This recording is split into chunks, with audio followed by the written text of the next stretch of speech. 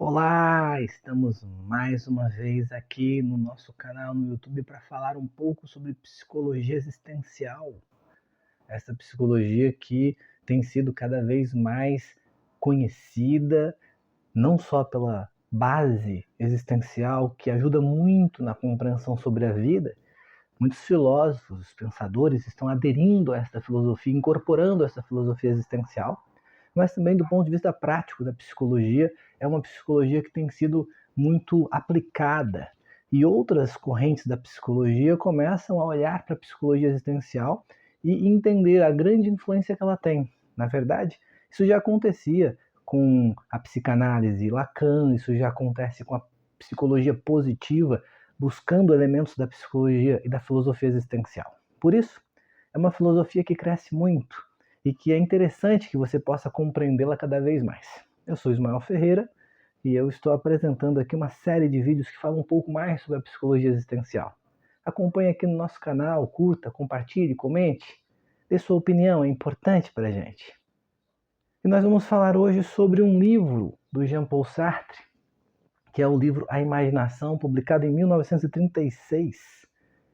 É interessante que neste livro o Sartre continua essa relação muito direta com a fenomenologia. Como nós vimos no vídeo passado, quando nós falamos de um outro livro, o primeiro livro publicado do Jean-Paul Sartre no mesmo ano de 1936, A Transcendência do Ego, que ele é profundamente influenciado pela fenomenologia, fazendo um contraponto em relação a Descartes, em relação a Kant, em relação à própria compreensão fenomenológica, dando a sua direção à fenomenologia, fazendo um diálogo que afirmava e negava, por exemplo, o próprio Edmund Husserl, os pontos em que ele concordava e os pontos que ele não concordava. Avançando um pouco mais até para o marxismo, mas ele não discute tanto isso. Sartre, nesse momento, ele é mais influenciado pela fenomenologia.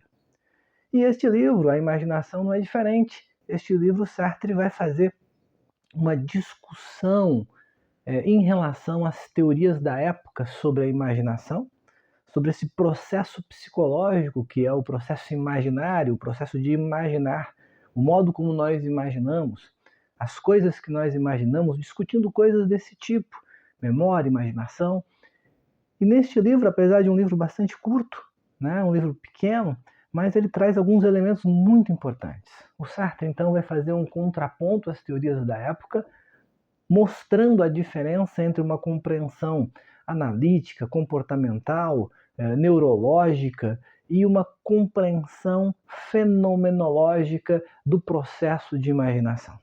Do modo como essa categoria, né, a imaginação, que é uma condição nossa, para a nossa existência, nós somos seres que imaginamos, como vai dizer o próprio Sartre aí, a partir da fenomenologia, que há uma consciência imaginante, nós observamos as coisas do mundo, né? Nós percebemos, que é o que a gente vai chamar de consciência perceptiva, mas nós somos capazes também de imaginar aquilo que não está presente.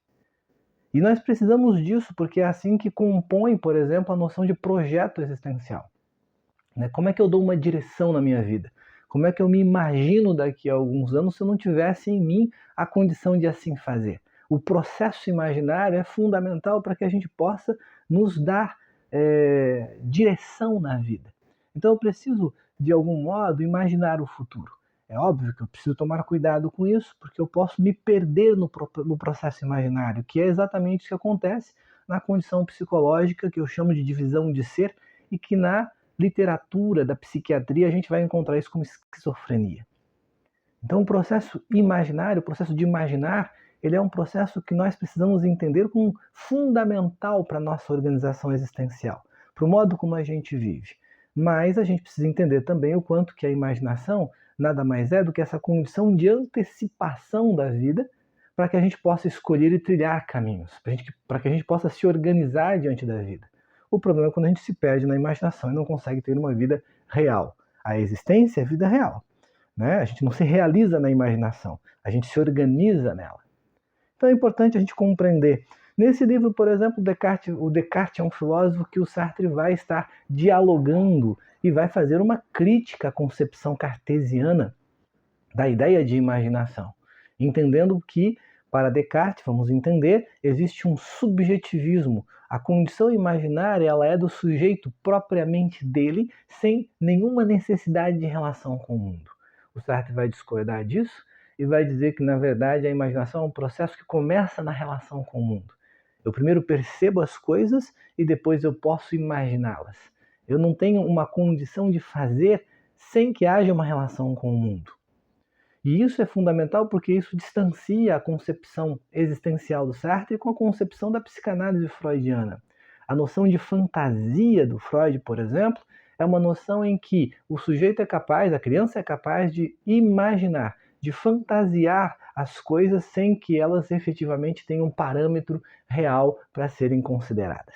Então ele vai fazer uma crítica a Descartes, ele vai se opor a Leibniz, por exemplo, ele vai se opor também a Spinoza e a David Hume, que é uma empirista importante, mas que o Sartre vai entender que o modo como o Hume entende o processo de imaginação é diferente do modo como a fenomenologia entende esse processo.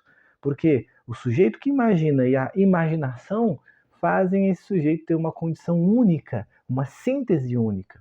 E esse sujeito é ativo no seu processo. No empirismo, nós somos meio que o resultado daquilo que o mundo nos faz imaginar. Não há uma atividade, é uma passividade. Um outro filósofo importante para entender o empirismo é o próprio John Locke. A ideia de tábula rasa, de folha em branco. Nós somos uma coisa que, na verdade, nada somos, mas o mundo imprime em nós. Nós somos o resultado daquilo que o mundo nos impõe. E o Sartre vai dizer que nós somos, em parte, resultado, mas nós somos também ativos. Nós nos colocamos no mundo, nós escolhemos no mundo. Então não é apenas uma impressão em nós, mas nós, muitas vezes, temos esse movimento de escolher qual impressão.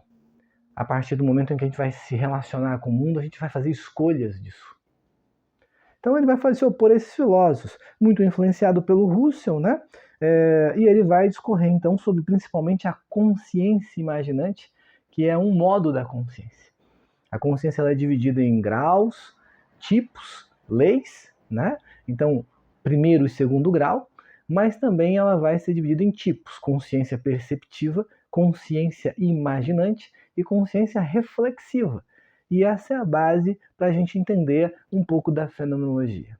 É um bom livro, uma boa leitura, e você pode conhecer um pouco mais desse filósofo importante para a psicologia e aquilo que ele contribuiu para a psicologia existencial. Um grande abraço, espero que vocês gostem dos nossos vídeos, que ele dê a vocês alguma direção de estudo e que nós estaremos sempre aqui com novos vídeos para você poder entender melhor esta filosofia e esta psicologia, sobretudo a partir do Jean-Paul Sartre, que é o nosso filósofo de referência. Um grande abraço e até o nosso próximo vídeo.